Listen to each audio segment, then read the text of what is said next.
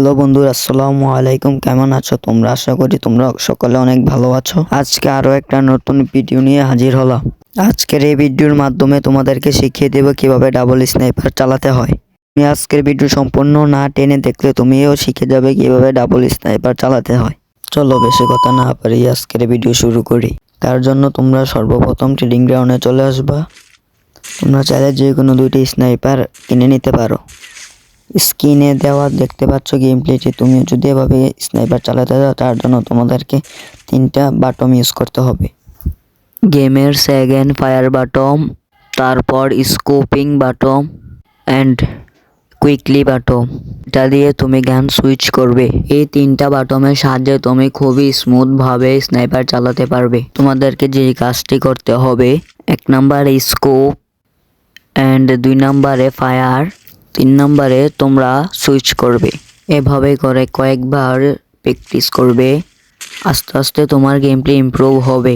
সকল কিছুর মূল হচ্ছে প্র্যাকটিস না করলে তুমি কখনো সফল হতে পারবে না, একজন পারফেক্ট স্নাইপার প্লেয়ার হতে পারবে না। আমি যে 3টি স্টেপ দেখিয়ে দিয়েছি, তোমরা এই 3টি স্টেপ অনুযায়ী গেম প্লে করার চেষ্টা করবে। দেখবে আস্তে আস্তে তোমার গেম প্লে ইমপ্রুভ হয়ে যাবে। এবং তুমি যদি নন স্কোপ ভাবে স্নাইপার চালাতে চাও, তার জন্য তোমাদেরকে মাত্র 2টি বাটন ইউজ করতে হবে।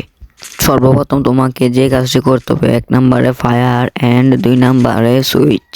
যারা চ্যানেলটি সাবস্ক্রাইব করোনি তারা ভিডিওতে একটি লাইক দিয়ে চ্যানেলটি সাবস্ক্রাইব করে দাও। প্রতিনিয়ত তোমাদেরকে প্র্যাকটিস করতে হবে। প্র্যাকটিস না করলে তুমি সফল হতে পারবে না। প্রত্যেকটা ফায়ার করার কমপক্ষে 3 সেকেন্ড পরে আরো একটি ফায়ার করো, তাহলে তোমাদের ফায়ার মিস হওয়ার সম্ভাবনা 99%।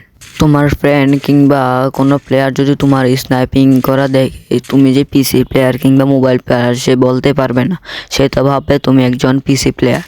তোমরা প্র্যাকটিস করার জন্য তোমরা এই জায়গায় এসে পড়বা। আসার পরে এখান থেকে তোমরা ফায়ার করে দিবে, একদম দূরে করে দিবা।